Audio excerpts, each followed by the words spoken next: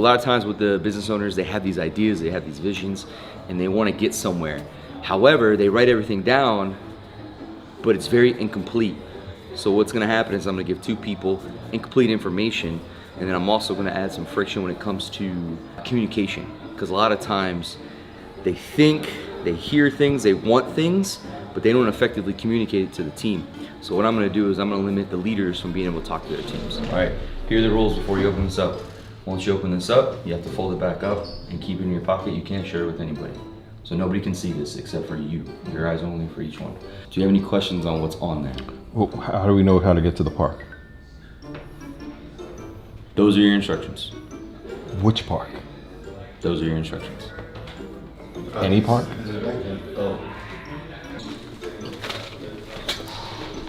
Saw that, right? Take close attention to the board, okay? Remember your name and where you're at. Questions? What's the asterisk?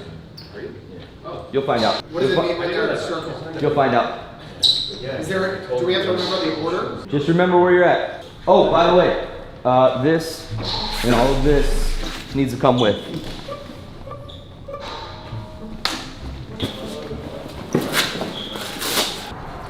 Are we not talking? Where's the map? Do you want to give us the map, Greg? Yeah, let's go. Kira, are we supposed to follow you?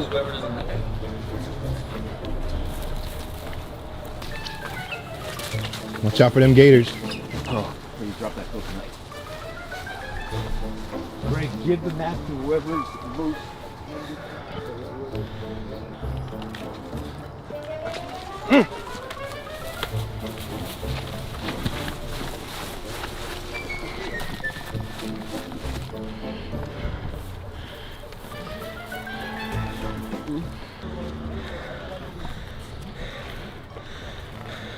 Alright, so can we talk? We could talk to each other.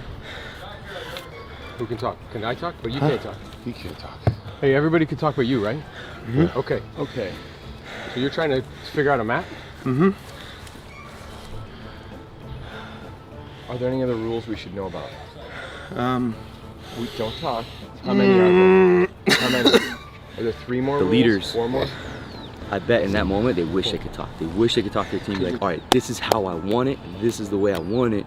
Whereas now they're like, man, I just want you guys to get here, but they're not able to communicate that. So it's like communication after the fact, and I want to get to the point where they're communication before the fact. All right, let's go. Time up. Move.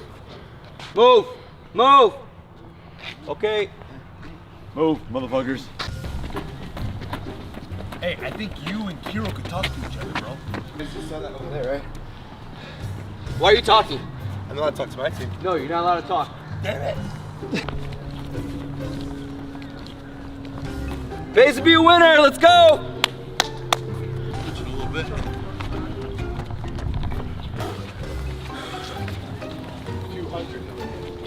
I got Grab onto it. Yeah. Back here. I'm good. Need a little bit of a break, let me know. Are you looking at that map here? I know, you can't talk. Why are you talking? Are we going the right direction? Wow! Those are fantastic instructions! All right, let's go. Come back. Hurry up. Team, you got 30 seconds.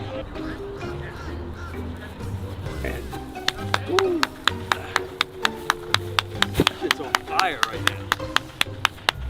Woo! All right, put everything down, including the bag. Yeah, that one's a bitch. Kiro, first, what'd you take away from that? Communication's key. What do you mean? You can't communicate to the group what to do and expect them to have an understanding if you can't communicate right. Very, very difficult to give instruction without being able to communicate. And if I don't have clear instructions myself, how could I communicate to the next piece? What do you mean by clear instructions yourself? Explain that. So if you said there was a map, it wasn't a clear map. It was a map, but it wasn't like, here's an SOP of exactly how you make a right, make a left, and do this, and then you'll get the prize. It was like vague, figure it out, and now I have to take that information and pass it on to the team. We're gonna fail. And that's what we did. Does anybody ever do that to their employees? Oh no. So let's talk about communication So obviously it was hard communicating to the team because you couldn't communicate. But then think about the team. Who in the team was like, we got to figure this out, and was like, started asking questions.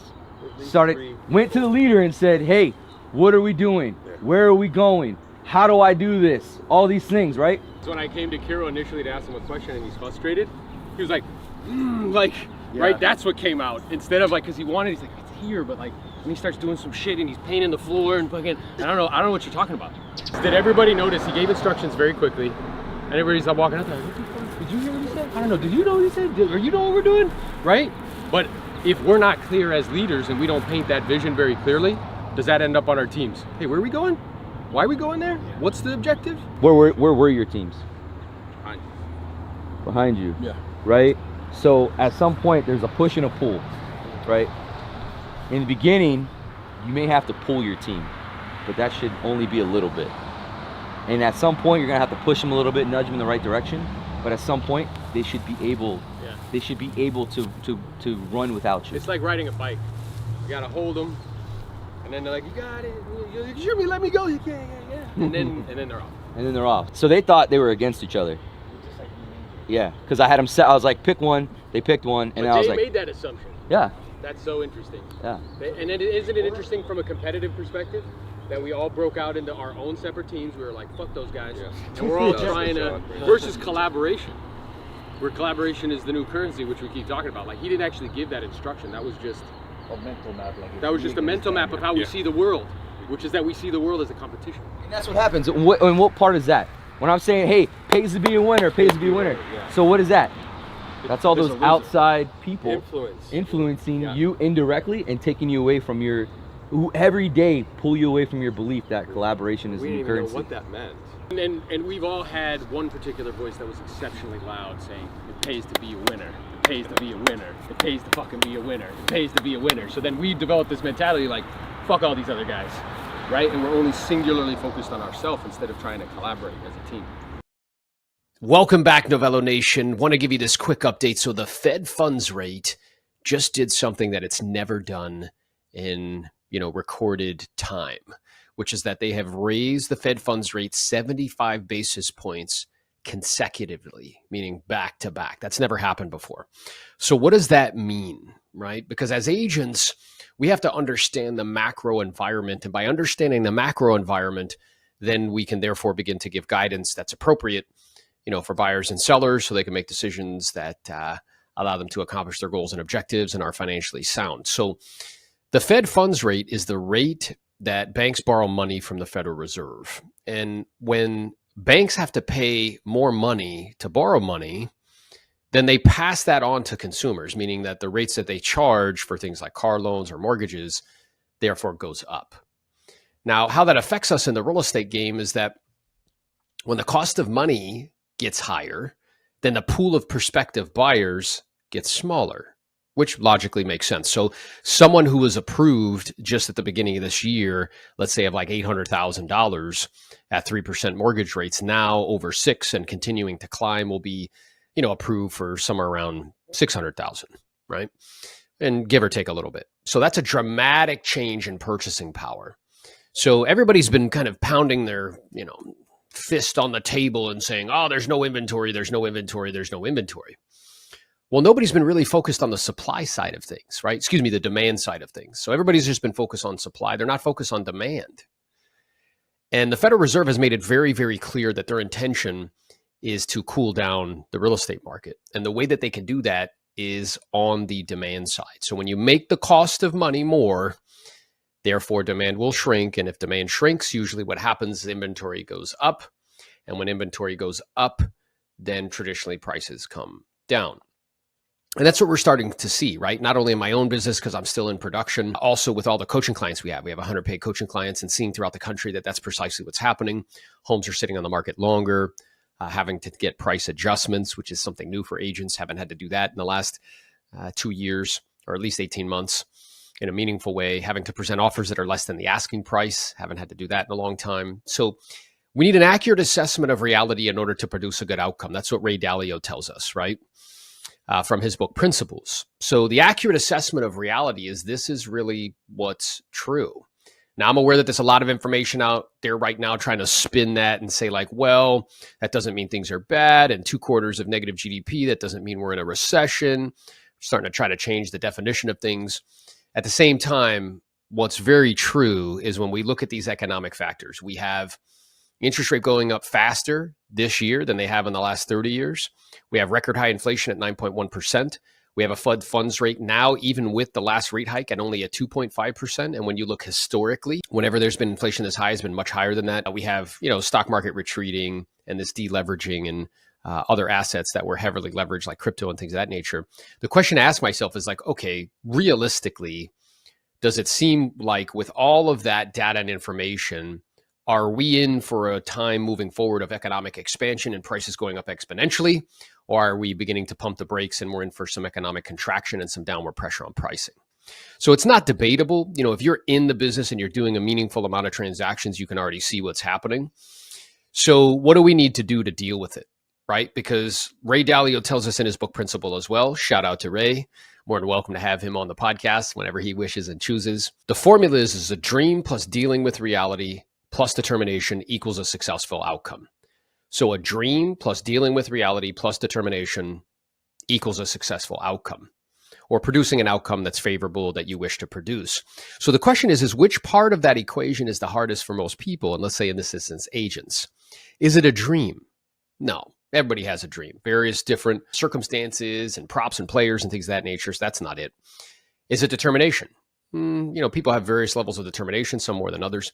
The hardest part of that equation is dealing with reality, right? So first I need to accurately assess reality, then I need to deal with it. So what do we need to be doing as agents to deal with it? Well, the first one is we have to start getting exceptionally good at pre-qualification. So meaning determining buyers or sellers' goals and objectives are, what they're looking to accomplish and why. And what we're looking for is life events. Life events are things like death, divorce, job relocation, moving to assisted living facilities, retirement, downsizing, things of that nature. Some sort of life event that's a compelling reason to cause somebody to be in the marketplace at this moment. The next skill that we need to get exceptionally good at to deal with a changing market is presenting price. We're at this place in the cycle where there's no capitulation yet. So sellers are still under the false misperception that the environment is what it was 6 or 7 months ago when money was exceptionally cheap. And that's not the environment that we're in anymore at all. So their expectations are not in alignment with reality. So we need to get exceptionally good at the pricing portion of the presentation, really questions based, not me telling you, instead me asking you questions to help you to self-discover that perhaps your expectations are off and where the marketplace is showing us that buyers are seeing value at this current moment. The third skill that you need to get exceptionally good at is price adjustments. Now, I'm aware that that's a rude awakening for a lot of agents. They haven't had to really talk to sellers that much over the last 18 to 24 months. Property's been selling right away, immediately. We have to go back to honeymoon periods. We have to go back to focusing on servicing, the listing. Once we get it, massive amounts of communication up front, giving them updates, showings, how many views they've had online, things of that nature, keeping them update with market data and statistics, right? Because we didn't even have to look at that stuff previously. And now we do, meaning how much inventory has gone up month over month, how much transaction volume's going down month over month, looking at things like how many properties are on the market in that particular price point, how many have adjusted their price over the last 30 days.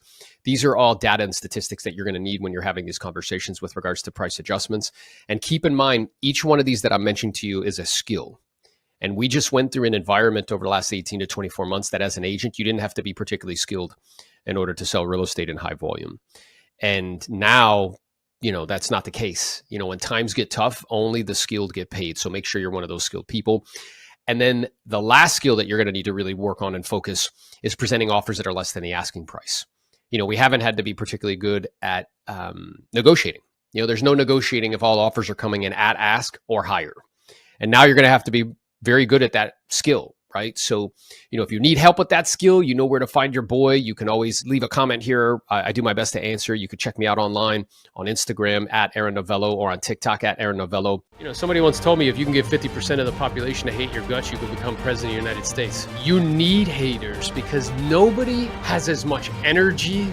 There's been kind of like actually tons of research done in terms of the addictiveness. It's like a drug. the next swipe, one more swipe. And it's so easy that you can sit there and scroll through content. The only friction that you have is your finger swiping up. You can go to Amazon and get a little clip-on thing that does it for you. So literally, the consumer or the creator, consume to create. Welcome back, Novello Nation, to another episode of the Aaron Novello podcast. We have a guest that all you guys want to connect with. I get so many questions on a regular basis with regards to what social media platform to be on and how do you do it. So who we're bringing to you today is the go-to person for TikTok for real estate agents. He goes by the Ginger Marketer. He is the guy to speak to. Really appreciate you, Joshua Moore, for taking the time to be with us here today. Oh, it's a pleasure. I'm glad to be here. Thanks for the invite. I'm excited to talk TikTok and just kind of hope to help agents and brokers, anyone that's tuning in, just to learn more about it. So yeah, I'm excited to get started. Awesome, man. I am as well. So, I get questioned on a regular basis because I was sharing with you off camera. I have the good fortune of not only selling real estate, but also coaching and instructing others on how to do so in high volume. And a common question all the time around attraction, right? Because there's different mechanisms for attraction. And a common one that is continuing to grow and continue to become part of the conversation is social. And people ask me on a regular basis, what should I be doing? What platform should I be focused on? Now, you have become the go-to person specifically for TikTok. So if you could maybe talk to us about why TikTok, and maybe talk to us about why TikTok is such a good platform specifically for real estate agents. So that's a really great question to start off with, Aaron. So let me walk you through why TikTok, right, is the first question. So why TikTok? Okay. What you've got in front of you right now is one of the fastest growing social media apps of all time. Okay. So what I mean by that is there's over 80 million actually active US users right now that are using TikTok. Now, when we think about the demographics and we break it down a little bit, a lot of the common beliefs that people have is an app for kids, it's an app for lip sync, and it's an app for dance trends. Actually, if you're actually on TikTok, one, you should know that it's not that because you hardly ever see any of that on your For You page. But two, when we think about the demographic on TikTok, when we think about who's maybe first-time home buyers, mid-20s, kind of going into late 20s, right? Actually, what we find is that probably about 55 to 60 million of those people are in that bracket, if not older. So again, this perception that TikTok is for teenagers and for kids, that needs to be kind of taken out because the facts don't lie when it comes to that. Now, what that means is that on a daily basis, you've got hundreds of thousands of new users migrating to TikTok because they're getting videos that are shared from family, videos shared from friends. Now, what this does is it gives an opportunity for realtors to position themselves on there as that social. We use the word social a lot, and it kind of comes up a lot of people because social media is a good opportunity to be social, to interact with people on more of like a personal level. Now, where TikTok differs from your Facebook, where it differs from your YouTubes, your Instagram, it's not polished. One thing that TikTok isn't, it's not polished in the sense of, I always say to people, say to real estate specifically, is like, imagine just picking up your phone and having a conversation with someone. Be it a buyer, be it a seller, be it a loved one on the phone. That's what TikTok is. It's authentic, it's real. So when you come as a service provider that's building their business based on the relationships and how you're actually speaking with people, there's this big opportunity to not only reach people that are actively looking to buy, sell, or at least not now in the near future, but also the opportunity to build your personal brand, to show your presence. And then what that means is the more they see you, the more they're going to recognize you, they're going to relate to you, all the situations, things that you talk about in your day as well. And what that gives us such a unique opportunity for realtors because we're not stuck in this sphere on our Facebook bubble. We're not stuck in the YouTube where we can have to spend hours recording this perfect video that gets a few hundred views. And you probably don't have the time to hire an editing team to learn Premiere Pro or all these different editing apps. Whereas TikTok, I can tell you now, you can literally go on this app and I can even time it. I can record a video right now. I would be able to, you'd give me a minute. I could go in, record a quick video, type a hashtag caption, post it, and it could get 1 million views just like that. There's no other powerful social media channel that allows you to do that. And not only does TikTok get pushed out to your own follower base, the algorithm is such a powerful tool, and it's one of the most advanced AI-driven algorithms out there that it actually knows every type of behavior, every type of thing that you're doing on that app, and it will customly show relevant content to yourself. So it almost listens to you in a way that's almost freaky, right? So this poses this great opportunity for agents and brokers to position themselves to the local area, to people in that local area as well. Bit of a long-winded answer, but it's a highly powerful tool. I get very like energetic into this, and you can see the hand moving because it's a very. I think a lot of people, real agents don't think that it is. There's loads of common beliefs. I need a video team. I'm too old. It's just for kids. I have to have 20 hours of a week to start recording my TikTok videos. I'm not young in my prime. I don't want to shape my ASS on camera. I'm a perfectionist. I'm scared to be on video. All of these things, they're just limiting beliefs, and it comes down to the mindset, right? Whereas look, if you're walking down the street and someone asks you a real estate question, you still answer it. You wouldn't shy away and hide under your umbrella or pull your hood down. You'd still approach it. And I think here there's so many beliefs around TikTok. There's a lot of agents and brokers are scared to start using it because they're just caught up in their own head of what they think it is without knowing the true facts of how big the opportunity actually is. Yeah, that's awesome. And I love the energy and excitement because you recognize not only intellectually by looking at those facts and data, as you mentioned, that the numbers don't lie in terms of how many people are participating and things of that nature. You've also utilized it as a tool yourself to build a sizable business. So I think a lot of people out there, they talk from a place of like, perhaps they read it in a book and it's interesting and they're only in facts. Well, you've actually monetized it and created a very specific niche and a very, meaningful business with sizable revenues. And your primary attraction mechanism has been TikTok. Yeah, and again, if we want to get to the figures, right? And we had the pleasure of having a short catch up before this call, which was great to learn a bit more about one another. What really happened there is that when I first joined TikTok, we went from 0 to 100,000 in 6 months, which is incredible for any social media platform. We're currently at 850,000. There's 10 million likes, but within that, over the last 2 years, it's been over 100 million views. Okay, so this is without doing any paid ads. This is without any hiring any video teams. This is just creating content. So every single time you're going to see this ginger head guy, I haven't got my hair, I don't think you can see it. I'm just going to bring it down so people can see it because this is where you're going to probably recognize me, right? So here you've got this ginger guy landed on your 4-page glasses, a bit of a salt and pepper beard and this long ginger head. That's memorable. People remember that because it's showing your face to people all the time as well. And that's over 100 million people that have seen that.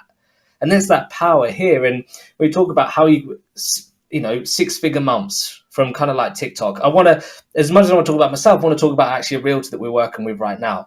Okay, so with this year to date from TikTok, we got the figures in yesterday. He's generated $126,090 after broker splits from his TikTok account this year. He has got 9,000 followers. When he got his first deal on TikTok, he had 340 followers. He'd only posted 20 videos. Someone reached out to him saying, I want to work with you.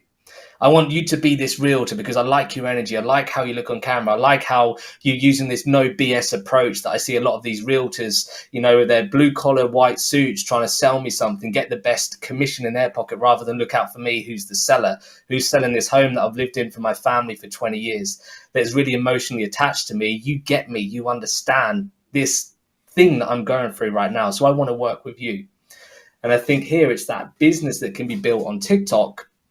And it's such an incredible tool to be able to do that.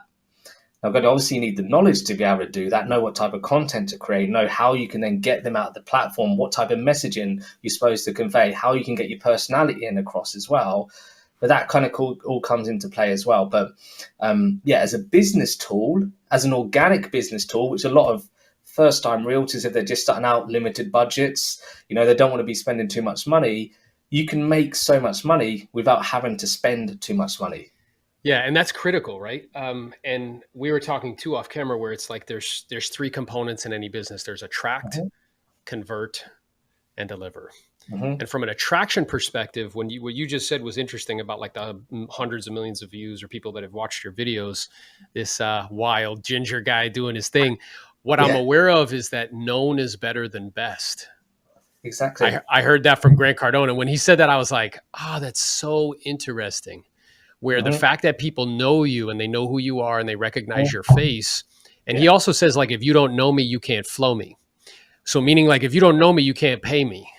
Mhm. So this tool that, because the virality is such, and I don't think people understand, to your point, where they have all these false kind of misperceptions with regards to, oh, it's for kids, or, oh, it's for this, where it took me, I don't know, and I'm not even at nearly close to the numbers that you're at, but it took me like, I don't know, years to get like 3,400 people on Instagram. It took me 2 months to get that on TikTok, where with one or two videos, if it goes, it just explodes, right? And Yeah. from that, there's all different ways with attention.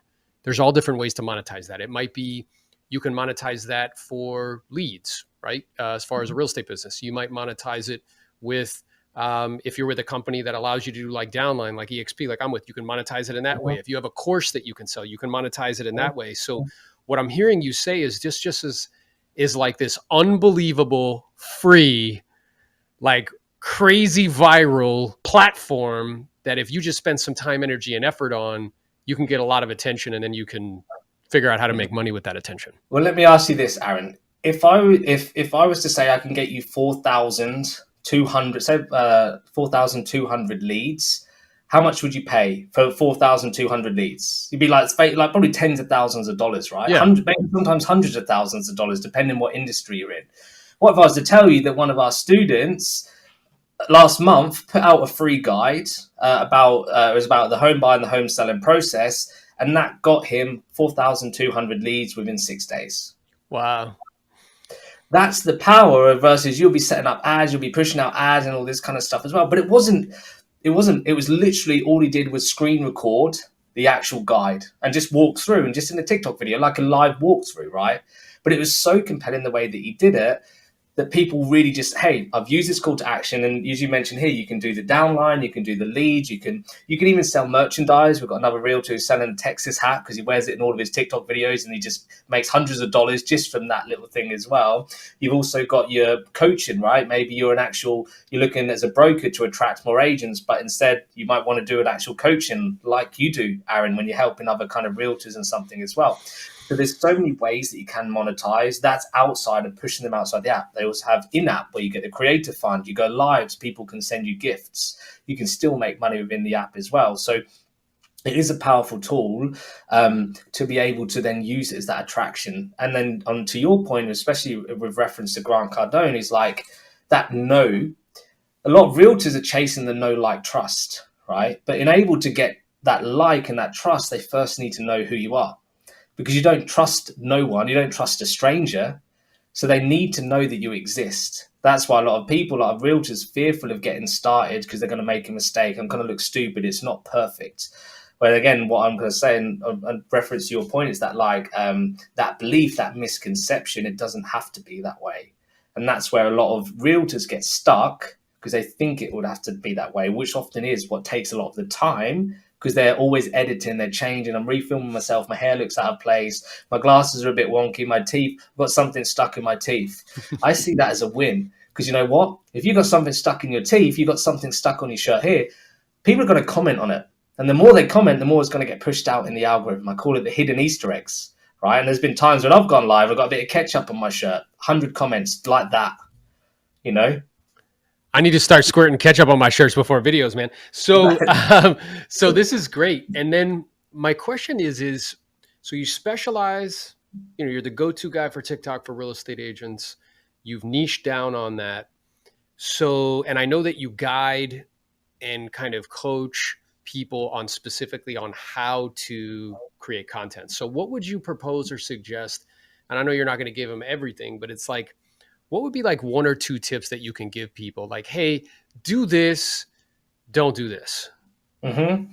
I don't mind giving everything away as well, because if it's going to help people, I've got no problem with that. Because again, as we know, you can give people all the tools and the knowledge, but 95% of the time, people don't know what to do, but they don't know how to apply it correctly. So my goal here is to give you the knowledge, but also how to apply that as well. First up, what we need to reverse and go back to is that you're not on TikTok to attract other agents. Okay. What I mean by that is you need to be very clear who you are speaking to. The biggest mistake that realtors make is they create content for other realtors, i.e., when the buyer did this, when your seller did this. Other quote unquote buyers, sellers, the normal people, should we say, don't understand that. They don't understand like lender things. They don't understand when something happens at a home inspection, because chances are, if they've only been through it once, they're not going to remember it, because it was a very overwhelming and stressful experience of buying or selling a home. And if they did, it's probably going to get passed because it's not really relevant to them now, because they've been there, they sold the home 5 years ago. So why do they care about inspection reports or something? So first off, be very clear and identify who you're trying to speak to. Now, again, what this comes down to is usually two things. It's usually people in your area or people looking to move to your area. So those are your two options. So what you need to do is, when you're creating content on TikTok, we like to use the kind of like, we use for the students, what we do is we use like a content pillars approach. So we have kind of like a 4 kind of buckets that we kind of put out to when it comes to creating content. So this all aligns back to what's our goal. A lot of realtors' goal is to become the local expert, the go-to realtor, but also get their personality to shine through, right? They want to be personable. So when we reverse engineer this, we can break down into different pillars. So the first one is that we're going to use that as a community and lifestyle. So how are we showing the community? Now, what I encourage realtors to do is document, don't create. So what I mean by document is, I'm quite close to London. When I go to London, I'm recording everything I see. I'm recording Big Ben. I'm recording the tree that's halfway in the road. I'm recording the black taxis. I'm recording all the signs. I'm recording the statue that's in the middle of nowhere. I'm recording me going to grab a coffee at the second highest reviewed coffee shop in London. That's wonderful. So it's interesting. I'm making notes on all of this. And what it makes me think about is, I heard one time this idea that there's many pieces to us as humans. And like, I might be a real estate agent, but I'm also a real estate investor, and I'm also a dad, and I like to play pickleball, and I like this, right? So the idea is if you made a wheel about yourself as a person, it's making content on all those things, because they're going to hit people in different ways, and they'll hit different audiences in different ways. So whenever I post anything about my children, I always get responses typically from females. Whenever I post about, like, when I'm setting an appointment or something, the salespeople are like, yeah. Whenever I post something about investing money, like, people that are interested in that. If you post yourself working out, if that's part of your lifestyle, what you do, you hit those people. That's basically what you're saying, right? Basically what I'm saying, but what you kind of, I think you bring up, I think what you're doing here from here is the balance. It's very important to find that balance, because if we're just posting content about our dogs, if we're just showing cute baby photos, that's not showing that we're a realtor. That's just showing that we're a human, that we like that human as well. And so many people get caught up in, I want my personality to shine through. I want people to get to know who I am. At the end of the day, it's a transaction. And I think a lot of people, yes, it works good to have that relationship, but I think that gets built a lot of the time once you kind of start working with them as well. And you also raise a good point. It's like, yes, a lot of women, i.e. who wears the, shall we say, kind of the trousers in the relationship most of the time, the women. So that attracts women. So then women say, oh, I saw this realtor. I'm following this realtor. And the husband mentioned, let's get out, let's upgrade. I've got a pay rise, or we're moving. Let's move state for my job. First thing she's doing is looking at the houses. First thing she's doing is going to the realtor that she's been following, that was talking, being the kids or the family, and someone that they can relate to. Because that's where that memory comes up to them, and they've been following you, they've been getting to know you, and they know you do real estate, but they also know you're a family. You understand what family really means, and that is what's important to especially women who wear a lot of the trousers when it comes to the home buying or the home selling. That's right. I always like to tell people, if the husband is the head of the household, the woman's the neck. Exactly. Yeah, exactly. Can't do anything without the necks, right? Whatever the neck wants it to do. So now, this is interesting about balance, because when you say that, Joshua, like, what I'm aware of is I have totally seen people get completely imbalanced. So all they do is post videos of them. They'll put their camera up and they'll be like, hi guys, I'm here at my new listing on 1265 Banana Street. And like, that's it. And there has to be like, and the other thing I've witnessed too, which is very interesting, is the life cycle. So I've witnessed how this works, and I know you know how it works, but like I might be at a talk somewhere and I do a talk, and then they follow me. And then they might comment on a few of their things, and they check you out on different platforms, and a whole year might go by. And then they call you and they're like, hey man, I'm ready to do something, and you're my guy. And you're like, okay, cool. But there's like this life cycle. It's like the long tail. And then what's interesting about that is, we're talking about one channel right now. I've also seen how those channels interact with each other. So it's like, and they're different. So like someone on YouTube who's a subscriber, like they're probably more engaged because they've chosen to subscribe, and they're probably like like, you know, interested in your content sort of thing, where versus on TikTok, they might be scrolling and be like, boop, that's cool. But they all interact with each other. And people, it's like you're on different TV channels for those of us who think that way and remember that, where there was channels instead of tiles. It's like they're seeing me on all different channels. Mm-hmm. And that is, and we call that omnipresence, right? So we call that omnipresence, where you're present and it almost feels like I just can't shake you off, you know? It's like, I'm trying to think of an analogy to use here, but it's like, I just can't shake you. So when you're there, when you're with each and every, it's on Facebook, it's on YouTube, it's on Instagram, and all I just keep seeing is this person. It's almost kind of like, you're not beating them to the ground, but it's like when that time comes, it's touch points. You're getting so many touch points with this person. And it's the more and more you get those touch points, the easier it is to start remembering things, right? It's like if you're reading a sales script, let's say you're kind of like, hey, we'll get on your cold calling script. The more you read that, the more you see that, the easier it is to remember that. So when you think, oh, remember that script. Okay, well, I've seen that same script 20 times. So I'm going to think about that script the next time I'm on a cold call because I've seen it so many times. And that's where the omnipresence can really come in. And that where TikTok can really feed into that is because a lot of these other social media platforms are actually transitioning to short form media.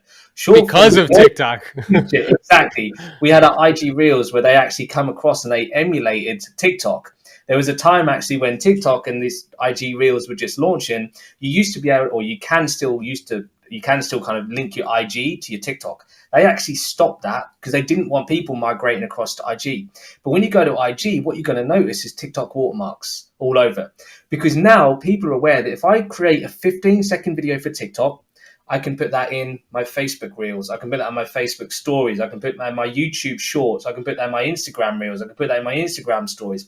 I could put that on my Pinterest. LinkedIn's now releasing short form stories on there as well. My drip campaigns. Welcome back, Novello Nation, to another episode of the Aaron Novello podcast. We have some power in the room. We got one of the top producing real estate agents in Dade County with one of the top producing real estate agents in Broward and Palm Beach County. Really appreciate you taking the time to be with me today, brother. This is Albert Vasquez, 120 deals last year, $1 million in GCI. Welcome to the podcast. What's up, Aaron? Thank you, man. Thank you for having me and excited to be here, man. Oh, for sure. Me too. And it's interesting because, you know, I'm aware that because we're in such close proximity, you know, we kind of hear about one another. And like, this is the first time that we've actually, you know, connected, and it's cool to be connected with you in the digital form. And I always like to ask people to share in this platform that I think can add a lot of value. And I really believe that you can. And just so you know, the way that came to my awareness is my client care coordinator was on a site gathering content and learning how to do something for the CRM that we use, which is Follow Up Boss.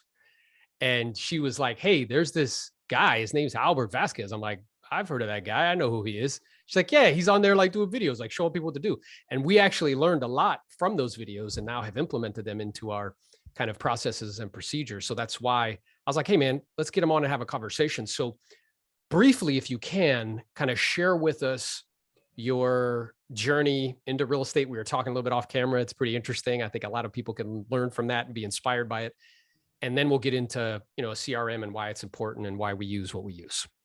Hey, man. Thanks, Aaron, bro. I appreciate that. No, yeah, you know, that's a beautiful thing about, you know, today's culture that we live in. There's videos that are recorded. There's a ton of it, you know, and I appreciate those kind of words. So very quick, I graduated high school, Barbara Goldman, Go Gators, 2000, class of 2000, graduated. My dad was in the mortgage industry. He's like, you should get into real estate.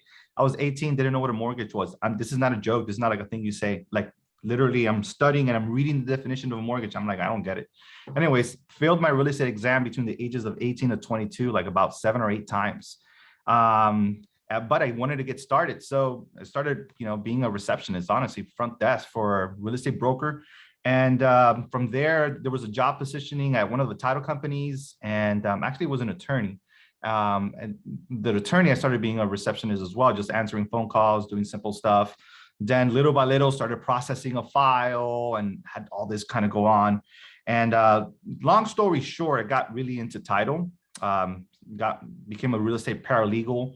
Then in 2007, I got my real estate title license. I opened up my title company. I was excited. I was young. I forgot how old I was, and got my own office with the view.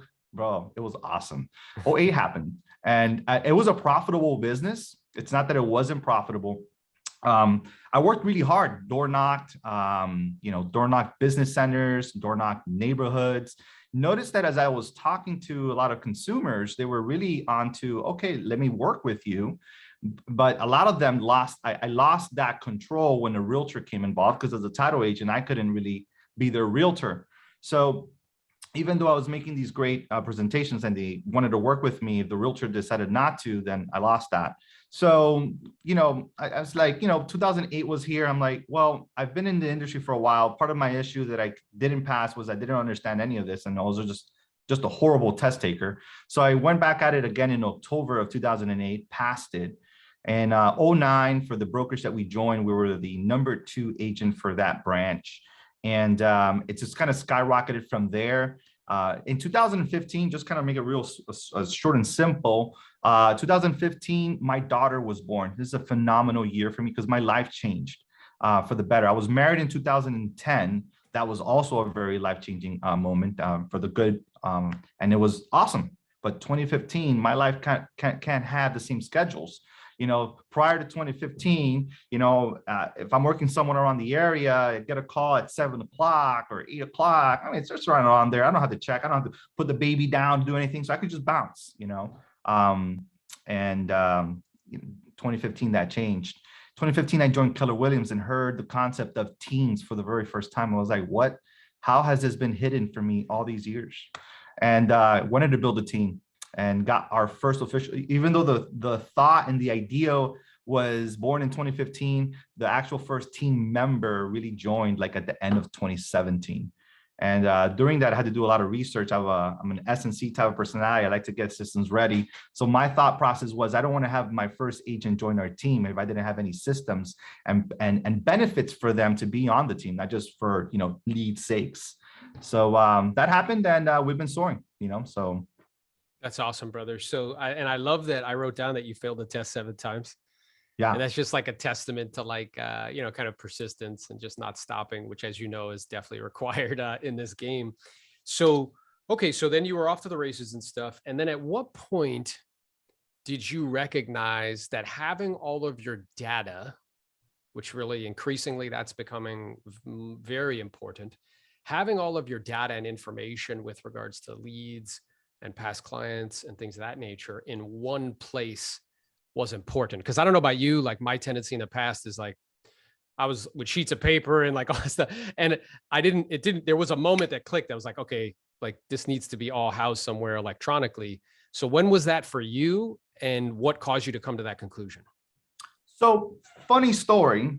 I'll keep it short and simple. You dig where you want, right? When I didn't pass my real estate exam in college, we were looking into computers. I've always had a passion for tech. If there was an easier, smarter, more efficient way to do things, I always wanted to go into that. So right off of '08, one of my first investments was, I don't know if you remember them. They were used to be, big partner with KW, right? Market leader. They're I think they still are, so we bought leads from them, and we used them for a very long time. It was a CRM, and not a lot of people were talking. I remember back in those days, everybody was like top producer. And I was the only one that was on Market Leader, and I just enjoyed their platform, right? But I started collecting all the data from there. The beautiful thing about it was when I left Market Leader, all those leads were exported. So literally in my Follow Up Boss account, everything from '08 till today has always been there, because from Market Leader, although there was this time period of about 1.5 years where we beta tested like probably 10 different CRMs, we still kept all our info in Market Leader. And then when we committed to Follow Up Boss, we just migrated everything over there. So for certain things on a migration don't transfer over, and they're a little bit more hard. But I think that in an era where data is important, these are warm calls, and it really positions yourself, especially if you got a few other tech pieces in place for remarketing and being able to just reach out to them at the right time, I think it positions you in a very, very strong place. Especially now, right? I think we're seeing that a lot, right? Yeah. Data So is what I'm, key. yeah, and what I'm seeing is that consumers, I think the buyers took over the buy side of the transaction a long time ago by, you know, these sites and them being able to look at information where we used to be kind of the monopoly as far as information. And now they didn't need to talk to us to get that information. So they've started to take control over that. They did that a long time ago.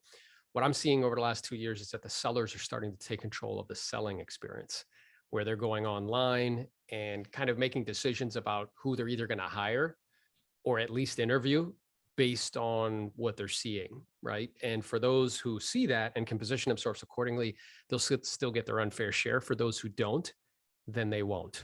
And it's kind of as simple as that, right? So, okay, so you started off with market leader, and then that was working and you were doing your thing.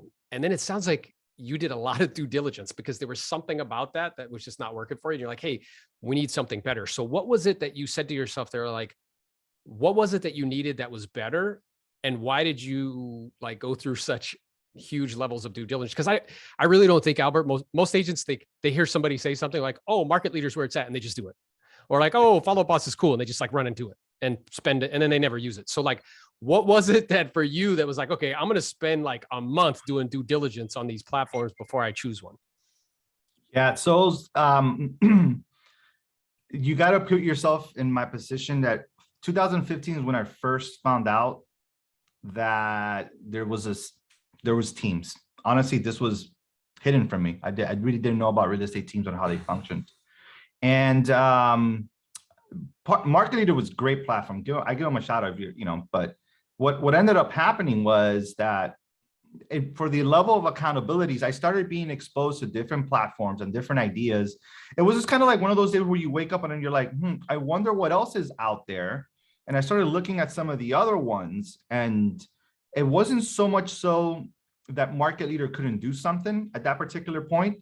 It was, let me be open-minded to see if there's another platform that I can build a team on, because I didn't really see a lot of team functionality in the Market Leader.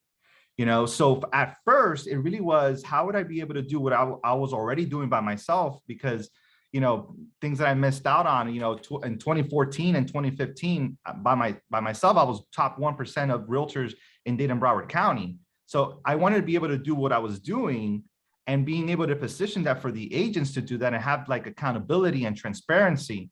So then I started things that were not important to me before now became important. How do we have like one channel of communication? How do we keep one clean timeline? How do we see what everybody else is doing on the team? And how do we keep everybody else accountable? These are things I didn't even really care about when I was by myself, right? Because, hey, does it show me if they're on the site? Have I called them? Yes, no, okay, let me call them now. That would be different. So I think that that's kind of where, and as far as due diligence, I was really looking for that team component, accountability, transparency. And so I'll give you there was a lot of great platforms.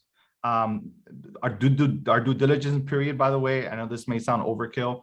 It wasn't like every day, this is what I was doing. I would dedicate, maybe one day in the week or maybe one day out of 2 weeks, but it was a period of like about 6 or 8 months or so, give or take.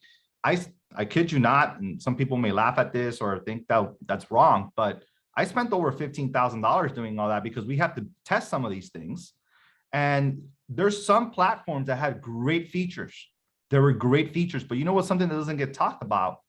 And one of my favorite things about Follow Up Boss was the UI, right? The how you interact with the platform is very simple and is intentionally simple so that the agents can use it and everybody else catches onto it very quickly. Whereas other platforms that will go unnamed, right? They have great features, awesome. And it was really hard to get an agent adoption or an admin adoption, just somebody else to adopt that. Yeah. So it rhymes. That other platform rhymes with Shmamand, right? there's a lot of other rhymes to it too. Yeah, that's one of them. Well, and this is some cool. of the other ones out there.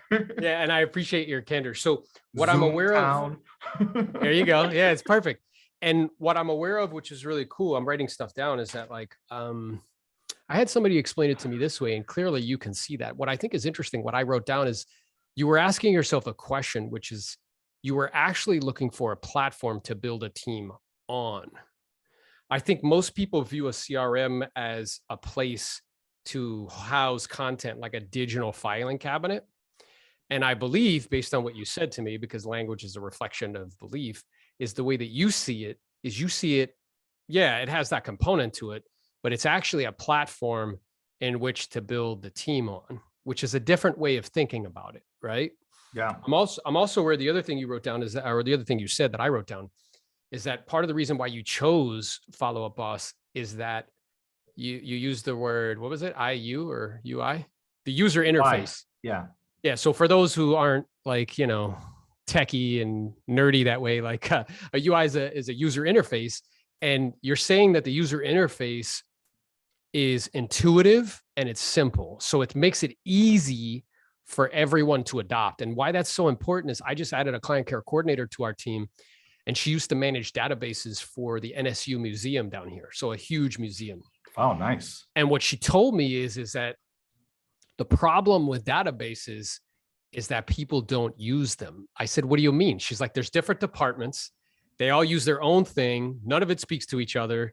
And what it should be is it should be a central nervous system where everything gets pumped into it. So all data, all information is there. And I was like, oh, that makes sense. So then transaction coordinators aren't using a digital filing cabinet. They're putting it into Follow Up Boss. They're not putting notes somewhere else in an Excel spreadsheet that they email to you. They put in Follow Up Boss. Listing coordinators aren't, you know, going someplace else to get the data in Dropbox and all this other stuff. Digital filing cabinets, it's all in one place. Yeah. And the reason why, in my experience, and I'm curious to hear your input on it, is why that's so powerful is because technology is changing consumers' expectations. And what having everything in one place does is it allows you to move fast. And that's what consumers expect. They expect speed. And if it's fragmented, if I have to go different places to grab it and everybody's not on it and everybody's not communicating within it, then that slows down speed, which slows down my ability to give the client what they actually want. 100%. You're right. You're right on it. Yeah. Well, there's even resistance. If I were to find something that, you know, we can do in another platform, like I don't know if you you remember when the leaderboard, right? The Follow Up Boss leaderboard, right? It's such a competitive, beautiful thing. But we used to have another program that would do the same thing, but sometimes like they'd have to log on to another program. And although all the agents have a competitive nature and want to see who's on top or who's leading and this and that, to log on somewhere else, it was just like, oh, whatever, I guess I'll find out when I find out. But the fact that it's already there, it's a click away. So it's a beautiful thing when you have everything incorporated into one platform. It's 100%. And then I learned something else because I did a training at the end of last year because, you know, I give talks and things of that nature. And they were saying, which was so interesting, is that when you ask someone to go from one place, let's say in the digital world, to another place, whether it's in the digital world or in the physical world, you lose like 20% just in translation, just from getting from one place to the next. So if you say to people like, hey, if you're sitting in a room and you're talking and you're like, yeah, go to the website here to go get signed up, 20% of the people, you lost them. Yeah. It's based on the translation. Versus if I'm in one world, like that makes sense. If I'm in the digital world, I'm like, hey, go click here. You're already in the digital world. You have the screen up. I put the link there so it's easy for you. But if I'm in the physical world and I'm like, hey, Albert, if this is interesting to you, there's somebody in the back, you don't lose that 20% in translation. So, and this applies to operations, just like what we're doing, which is like, hey, if I have staff and teams and I'm like, hey, my transaction coordinator needs to get off the CRM, go over here, go grab something and come back, you're losing in translation. Like you're losing speed, you're losing efficiency, you're losing all of those things. Is that what I'm hearing you say? You're right on it. And let me tell you, the level of like power ups that Follow Up Boss has been able to do consistently, like the system that the reason why I went into it first, mind you, when I was trying to build a team, I was still solo, right? But going into it, the amount of power ups that they've done since then till now, it's ridiculous. I don't know but they have integrations where on the window, you're in Follow Up Boss, you're not leaving Follow Up Boss. They have integrations with call action, open to close, AM cards, right? Bomb. Bomb. We love that. You know, they don't have to leave the app and all the important tools that we were using before. It's right there in the same window. This is like a no-brainer. It's powerful. Easy. And then what we came to a similar kind of awareness where we were using digital filing cabinets. And then we realized like, oh, you can upload like PDFs, and we were like, why are we? So then now everything in one shot, you open up a client, you see all of the communication in one shot. You have all those integrations that you mentioned, whether it's the AM, the bombs, like whatever. And then I also have all of their data, all of the PDFs, everything in one spot, and everybody can go to one spot to get it, which is like unheard of. And what I'm aware of, brother, is like, if we were to speak to a room of like 1,000 agents, they would be like, that's mind blowing, because they're in their phone. They're like, in Excel spreadsheets, they're in Dropbox, they're in all of these different places, right? By consolidating into one, there's immense power in it. So I guess I'm curious. So you got with Follow Up Boss. And then what I'm aware of is a lot of people, which you definitely don't strike me to be that type of person, but a lot of people, what they do is they'll pay for a service like that, and then they won't really use it that much. But it sounds like you did a lot of due diligence. You spent $15,000 just to pick one, but then you used it and you stuck with it. So talk a little bit about that, because I'm sure you've seen that. And I'm sure also part of it, like with your team, sometimes you got to be like, hey man, I need you to make the calls to Follow Up Boss, or hey man, I need you to update. And they want to do something else and you got to pull them back to it. So two separate questions. Let me answer the easier one there, to the one that at the tail end, as far as getting the agents into it. It's all about and you're the master at this, right? Setting the right expectations at the get-go, right? So from the moment the agents join the team, there is no other way to, if it's not on Follow Up Boss, it doesn't exist. It's just that very simple. It's a lot harder if one of your listeners is listening to this and they're not currently using Follow Up Boss for their calls and everything. That transition period is tough, but you can even just take a look at some of the players that are using it out there. It's a highly recommended efficiency move, right? For a lot of reasons, which I don't want to bore you with right now, but you're more than welcome to reach out and dig deeper on it. But the idea here is the transparency and the coaching level is through the roof if you use it that way. So none of the agents that on our team, we have to have the conversation, they don't want to. They're not going to get a point on the leaderboard. Their numbers are not going to be tracking. So as far as how we coach the agents on with their monthly production, their quarterly production, their yearly productions, there's a lot of KPIs that we look out for that if, have you ever had to do this? I'm not going to mention any names. How many calls did you make? And you literally have to go check box. No, let me just work. Let me be on I'm making calls. I'm living life as it should be. The app is tracking what I'm doing. So it's totally different environment. Going back into the original question, right? As far as I don't know where you wanted to go on that one, which is what was it? I'm sorry, I think I got mixed up with the second question. Was something about how I got there or what? No, how you, because I think a lot of people they don't actually use it. They don't use it. Here's what I would say. Here's some general truth to it. I can tell you how I did. Keep in mind that I enjoy these things. Right. And I think that you have to be self-aware. There's a lot of power in self-awareness, right?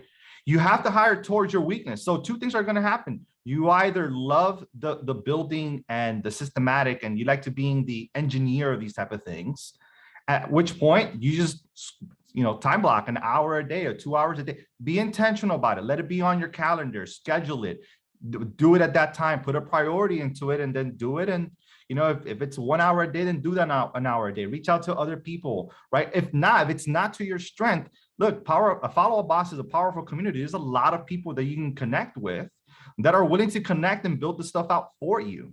I can tell you this, a simple, by experience, by the bruises and wounds that I've had, a lot of times we try to save money, and in the event of doing so, we lose money. So for example, when I was going through all these programs with Follow Up Boss, I hesitated with Follow Up Boss because at that time when I was looking at it, I didn't want to pay that amount. I just didn't. So if I could avoid it, I tried. And the reason that it took the reason it wasn't a 1 month thing, I knew Follow Up Boss was amazing. I was trying to avoid trying to go ahead and pay for that, for those services. And in the meantime, what I ended up doing is spending more money on other reasons why I shouldn't be with the other people. Same thing happens with the people that you hire in your organization, the techs that you use. The right move, it's not a matter of cost. It's a matter of return of investment. And a lot of times we're just too focused on the cost, So if you're not someone that wants to build it, that's fine. Hire someone that does. If you're not making any money, well, you probably can't invest with me anyway. Most realtors aren't very good real estate investors. No. They're just good salespeople. Dude, you're broke, okay? You don't need a rental property. Yeah. Trust me.